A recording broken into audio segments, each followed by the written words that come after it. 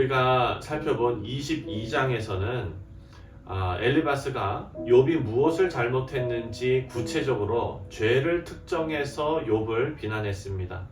그리고 욥은 23장에서 자신의 고난에 침묵하시는 하나님께 항변하면서 내 마음을 하나님께서 깊이 들여다보신다면 그 안에 순전한 순금이 있다는 것을 아실 텐데 라면서 억울해합니다. 그리고 오늘 24장에 들어와서는 어제 말씀에 이어서 세상에서 악을 행하는 자들이 멸망하지 않고 또 번영을 누리는 것을 하나님께서 아시면서도 그저 침묵하고 계신다라고 하나님께 항의하는 장면입니다. 하나님의 공의와 그리고 하나님의 정의가 사라졌다라고 생각하고 있습니다.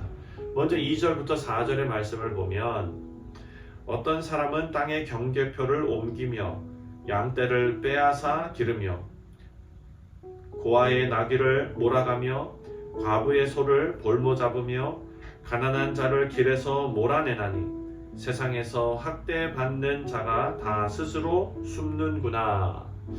우리가 잘 아는 대로 욥의 시대에는요, 고아와 과부 이런 사람들은 자기 자신을 지킬 수 있는 힘이 없는 가장 힘없는 계층이었습니다. 그런데 3절을 보면 이렇게 가장 약한 자들에게 있어서 삶의 전부와 같은 나귀와 소를 볼모로 잡는 비정한 짓을 행하는데 하나님께서 인과응보의 법칙을 적용하지 않으시고 하나님의 공의가 실현되지 않는다라고 지금 항의하고 있는 것입니다. 여러분, 이런 항의에는 자기 자신의 억울함도 함께 포함되어 있는 것입니다. 또 12절을 보면 욥이 이렇게 항의를 합니다. 성중에서 죽어가는 사람들이 신음하며 상한 자가 부르짖으나 하나님이 그들의 참상을 보지 아니하시느니라.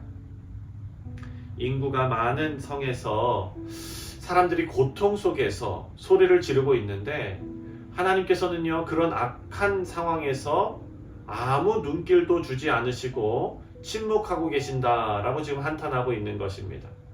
욥이 이렇게 한탄하는 것은 죄가 없는 사람들이 고통을 당하는 그런 현실을 하나님께서 항의하면서 이 고통당하는 자신의 억울함도 하나님께서 좀 돌아보셔야 한다라고 항의하고 있는 것이죠. 그런데 하나님께서는 욥을 그냥 내버려 두십니다. 이것은 마치 악인들의 행위를 그냥 방관하시고 내버려 두시는 것처럼 욥을 그냥 고통 가운데 내버려 두시는 것처럼 느끼는 것입니다. 사실 생각해보면 욥이 하나님께 이렇게 억울함을 토로하고 있는데 이렇게 부르짖으면서 자신이 씨름하고 있는 하나님의 예외성을 가지고 하나님 앞에 가져나가고 있는데 하나님께서는 아무것도 하지 않으시고 침묵으로 일관하십니다. 욥은 지금 그런 하나님 때문에 너무나 답답합니다.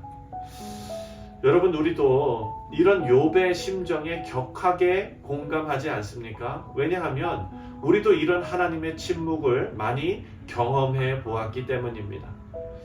하나님의 심판이 너무 멀리 있는 것 같고 또 직장에서 혹은 학교에서 내가 겪는 이 억울함과 분노와 고통과 어려움을 하나님께서는 외면하시는 것 같이 느껴집니다.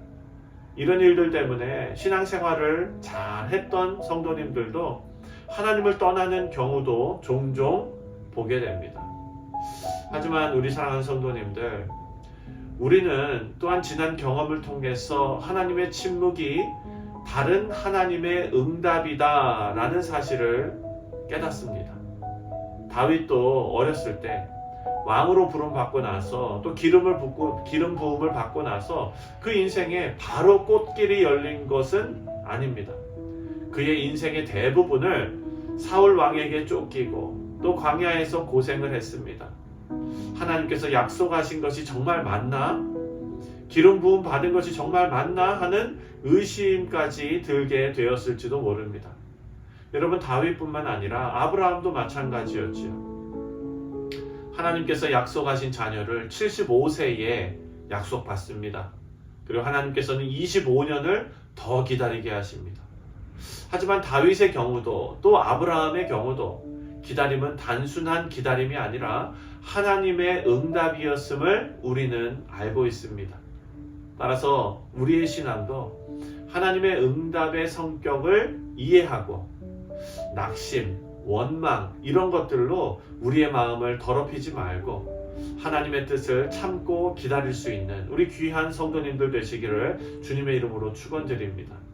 이렇게 우리가 기다리면서 하나님의 뜻을 구하는 동안에 우리들도 해야 할 일이 있습니다. 여러분, 기다림이라는 것은 아무것도 하지 않은 채 시간만 보내고 있는 것이 아닙니다. 기다림은 무엇을 적극적으로 하는 시간입니다. 14절부터 15절을 함께 보겠습니다.